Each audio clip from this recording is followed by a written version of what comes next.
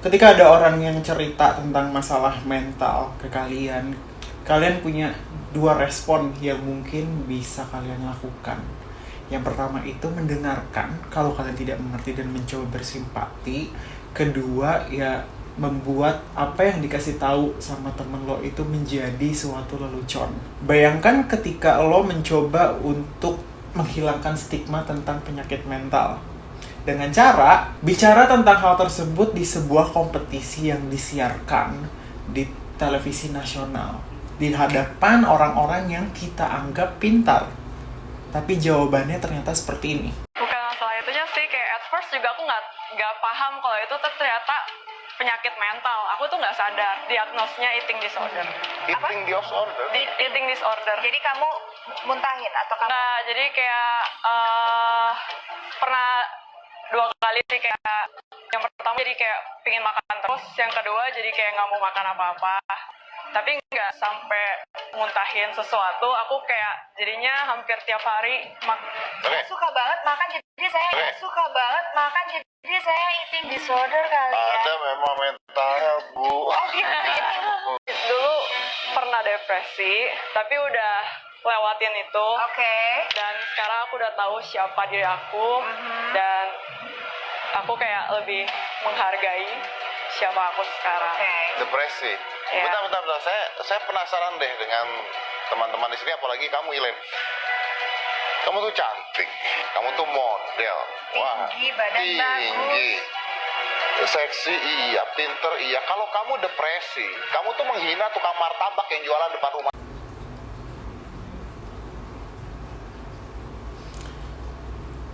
Jadi intinya banyak banget ya figur publik kita, selebritas-selebritas ini yang kurang terinformasi. Hari ini kita akan bahas tentang Indonesia Next Top Model. Gue gak nyangka gue akan ngebahas tentang acara reality show seperti ini.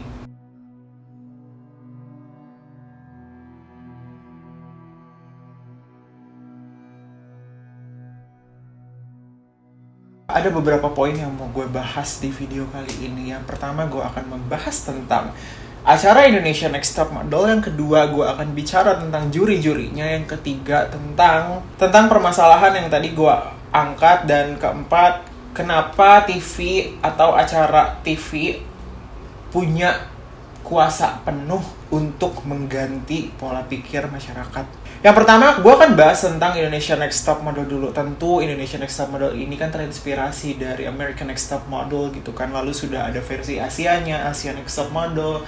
Lalu akhirnya entah kenapa sekarang ada versi Indonesia. Nah, nggak bisa dipungkirin emang reality show itu memang biasanya selalu memasukkan drama-drama supaya masyarakat itu mau nonton. Tapi menurut gue beda cerita ketika acara realita ini yang berdekatan dengan profesi atau ajang pencarian bakat yang mendekati profesi yang akan dilakukan di dunia profesional. Contohnya ya misalnya ajang menyanyi atau ajang pemilihan yang lain. Dan sekarang gue bicara tentang pemilihan, dan dalam kasus Indonesia Next Top Model ini kita bicara tentang pemilihan seorang model gitu kan, yang merepresentasikan model besar yang terlahir di Indonesia seperti itu. Nah, ketika kita bicara tentang kompetisi gitu, orang-orang yang terpilih sebagai juri itu biasanya menurut gue pribadi memiliki tanggung jawab moral untuk ngebangun karakter dari pesertanya. Karena sebagai juri dalam acara pemilihan profesional, antara lo bisa membangun karakter peserta atau lo bisa menghancurkan sepenuhnya. Dan apa yang diucapkan sama juri itu akan mempengaruhi apa yang dipikirkan oleh pesertanya. Dan gue yakin banyak orang di luar sana, dan termasuk gue, ketika gue nonton acara tentang Indonesia Next Top Model atau ajang-ajang lainnya, gue ingin melihat suatu seni atau seenggaknya gue mendapat sebuah pembelajaran tentang dunia tersebut gitu. Gue senang lihat foto-foto model gitu kan, bagaimana mereka mengambil gambar, bagaimana mereka berpose, karena ada nilai pembelajaran untuk gue di situ. Dan mungkin benar setiap acara itu bisa jadi kita bisa ambil pembelajarannya, tapi akan sedikit rumit gitu dan agak sedikit bingung ketika kita nonton suatu acara realita yang isinya itu dibubuhi drama yang berlebihan atau drama-drama yang sebenarnya menurut gue nggak penting gitu, yang nggak ada urusannya dengan kehidupan si model tersebut gitu. Gue cuma nonton satu episode lalu gue memutuskan untuk nggak nonton itu lagi ketika ada video salah satu juri bertengkar dengan juri yang lainnya, karena yang juri yang satu ini mempertanyakan gue pantas nggak sih untuk jadi juri atau bagaimana gitu ya. Dari situ aja udah kelihatan kan, terkadang dramanya ini dramanya nggak penting gitu loh.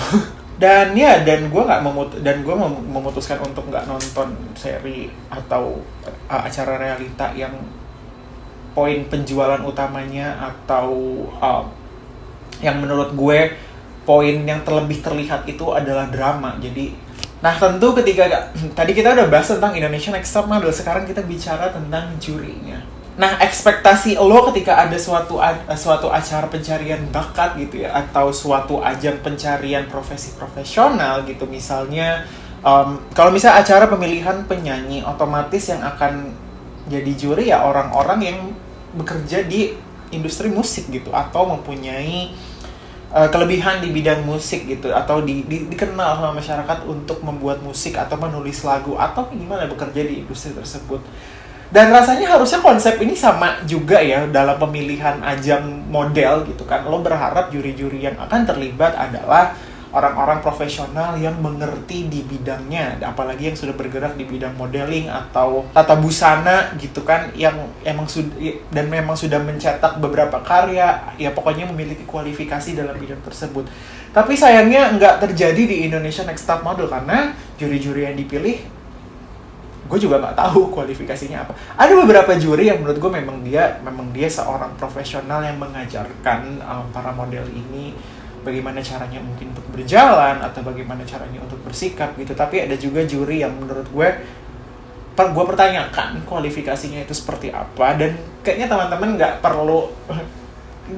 nggak harus berpikir keras gue membicarakan siapa. Ya pertama gue akan bicara tentang Luna Maya sebagai seorang juri. Nggak tahu ya, gue nggak tahu Luna Maya ini mencoba menjadi sosok siapa di Indonesia Next Top Model ini, karena banyak banget menurut gue hal-hal yang nggak sesuai gitu loh sama acaranya gitu, dari komentarnya atau apapun itu gitu ya. Mungkin gue tidak bekerja di bidang industri tersebut gitu, tapi ketika ada penonton biasa lihat suatu acara, ngelihat juri yang ngomongnya mungkin nggak banyak pernyataan yang dipertanyakan gitu, nah ini jadi suatu hal yang aneh menurut gue untuk ditonton gitu. Dengan acara bertindak marah-marah seperti ini, seperti itu, yang mungkin itu memang ada skripnya gitu, ada drama di balik itu gitu. Tapi bisa jadi drama-drama yang dibuat dari juri ini memang disuruh sama belakang layar gitu. Tapi gue yakin ada beberapa komentar yang memang secara natural keluar dari mulut juri tersebut. Lalu gue akan berpindah ke juri nomor 2 yang gue pertanyakan kenapa dia bisa jadi juri. Yang kedua itu ada Deddy Corbuzier. Karena sepemahaman gue dia tidak bekerja di industri modeling atau di industri fashion mungkin, atau mungkin gue nggak pernah tahu dia bekerja di sana, atau gue yang nggak punya informasi lebih tentang Deddy Corbuzier gitu kan. Tapi sayang banget gitu ketika orang yang mungkin latar belakangnya itu tidak didasari dengan kemampuan atau pengalaman yang harusnya menjadi kualifikasi. Jadi kadang komentar yang keluar itu yang nggak masuk akal gitu, yang nggak keluar esensinya tuh apa. Dia sebagai apa di sana? Apakah dia sebagai seorang fotografer? Apakah dia sebagai seorang psikolog? Atau seseorang yang mempunyai pengalaman di bidang tata busana atau apa, ya nggak jelas. Tapi ya karena Deddy Corbuzier ini banyak penontonnya, jadi bisa jadi ya TV yang mengadakan acara ini hanya membutuhkan dia supaya banyak orang yang nonton gitu. Apalagi dia banyak dramanya di Indonesia Next Top Model seingat gue. Tapi ada beberapa juri lain juga yang memang mumpuni kemampuannya gitu. Dan sayangnya ketika gue mendengar Indonesia Next Top Model, yang ada di kepala gue itu bukan Luna Maya tapi Kimi Jayanti dan ada model yang lain gitu. Tapi ya nggak tahu ya. Nah, yang jadi masalah sekarang adalah tadi gue sempat bahas bahwa apa yang diucapkan sama juri itu akan sangat berpengaruh sama kontestannya, terlepas itu mau di skrip atau enggak gitu, apalagi ini disiarkan secara luas, secara nasional disiarkan. Tentu apa yang harus diucapkan itu harus berhati-hati. Nah, ini lebih tentang kemampuan berbahasa dan sikap kita berempati ketika mendengar komentar orang lain. Di awal video, gue menunjukkan ada seorang model bernama Ilan yang menjelaskan bahwa dia memiliki penyakit mental, gangguan makan, dan depresi. Seorang Deddy Corbuzier yang katanya lulusan psikologi, terus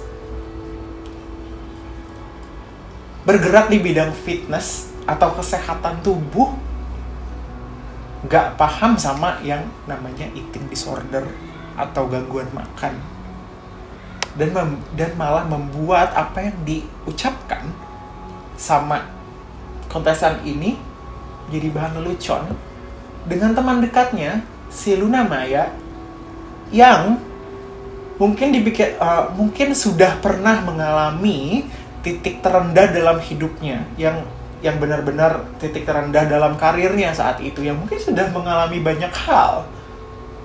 Dua orang yang mungkin harusnya sadar betul tentang kesehatan mental menjadikan ini sebuah lelucon.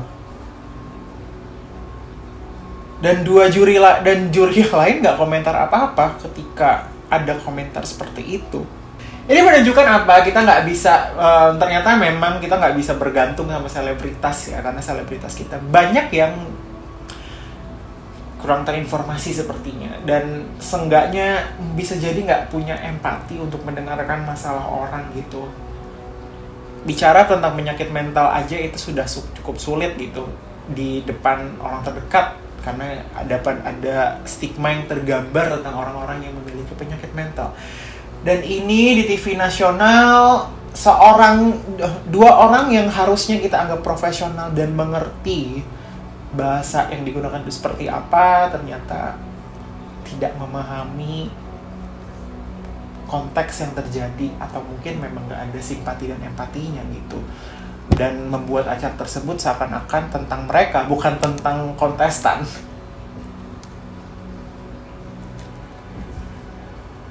Dan suatu hal yang sangat disayangkan ya, untuk acara yang harusnya menjadi bagus gitu, yang orang-orang nonton karena esensi artistik gitu, ternyata dijadikan ajang untuk drama. Dan kebayang nggak kenapa banyak orang yang nggak mau cerita tentang pengalaman penyakit mentalnya, ya karena stigma-stigma yang tergambar ini gitu. Jadinya orang akan makin tertutup gitu, akan memandang stigma tentang penyakit mental tuh ya setengah mata gitu loh, nggak kelihatan dengan dua mata, cuma kelihatan satu mata doang. Sebenarnya gue berusaha banget untuk nggak marah-marah bikin video ini, tapi gue memahami dampak dari suatu bahasa itu seperti apa, jadi gue mencoba banget untuk berbicara dengan rapi. Dan sekarang poin ketiga, gue akan bicara tentang televisi. Stasiun televisi memiliki pengaruh tentang pola pikir masyarakat. Gue nggak memungkiri gitu kan, masyarakat, atau mungkin gue juga terobsesi dengan membenarkan sesuatu. Gue terobsesi untuk menunjukkan kesalahan orang gitu, masyarakat kita, dan gue mungkin terobsesi untuk mengomentari atau memberikan kritik terhadap orang lain. Kami adalah pasar yang seperti itu, jadinya TV karena tahu pasarnya kayak gitu, ya udah kita bikin acara yang seperti itu aja. Nah, TV yang gue anggap memiliki program-program yang bagus ternyata melakukan kesalahan seperti ini agak sedikit mengecewakan, yang harusnya berbeda dari yang lain tapi ternyata mengikuti pasar yang ada gitu. Gue nggak tahu ya, bisa jadi ya produser atau siapapun yang bekerja di balik layar ini juga tidak terlalu memahami tentang stigma penyakit mental atau bagaimana, atau memang nggak peduli harus nunggu viral dulu supaya tahu gitu ya apa yang salah. Gue nggak tahu apakah mereka punya taklimat gitu ya untuk bicara sama juri apa aja nggak boleh dibicarakan gitu tentang fisik atau apapun, seperti apapun itu gitu kan. Gue rasa ini tidak terjadi gitu, mereka ya udah berjalan aja acara. Secara umum gue ngerasa peran TV untuk menyiarkan acara-acara yang baik itu juga membantu mengubah pola pikir masyarakat gitu. Terlepas marketnya atau pasarnya mungkin gak laku kalau acara Indonesia gak ada drama-dramanya, ya mungkin kita bisa tambahkan bumbu-bumbu drama, tapi kita harus tahu kadar itu seperti apa gitu. Dengan masyarakat yang mungkin dianggap lebih suka drama kayak gitu, harusnya ada satu yang menjadi harapan gitu untuk mencoba mengubah pola pikir masyarakat. Kalau YouTuber atau pembuat konten aja bisa mengembangkan atau bisa mempengaruhi pola pikir masyarakat atau orang-orang yang nonton, kebayang nggak sih stasiun televisi yang isinya profesional gitu kan, yang profesional di bidangnya gitu, untuk menciptakan sebuah lingkungan televisi atau sebuah acara yang memang benar-benar mendorong orang gitu, apalagi sikap positif terhadap diri sendiri. Dan ya tapi mungkin emang takut gak laku kali ya, makanya apa yang kita lihat tetap berjalan. Itu sih sebenarnya yang udah kayaknya itu aja sih yang gue mau bahas. Gue salut sih sama si Ilen ya, kalau nggak salah Ilen nama modelnya yang berani bicara tentang penyakit mentalnya gitu kan. Menurut gue dia perempuan yang kuat dan gue yakin dia akan sukses dalam karir yang dia pilih. Oh ya, untung ada Ivan Gunawan ya, ada yang ngerti tentang modeling, yang memberikan yang mencoba memberikan sikap positif terhadap penerimaan diri gitu sama tubuh kita. Saya nih kalau lagi males ribet, saya pakai model bule. Kenapa? Karena kalau bule bengong aja cantik. Beda kalau sama yang model Asia kan harus sampai effort banget gitu ya.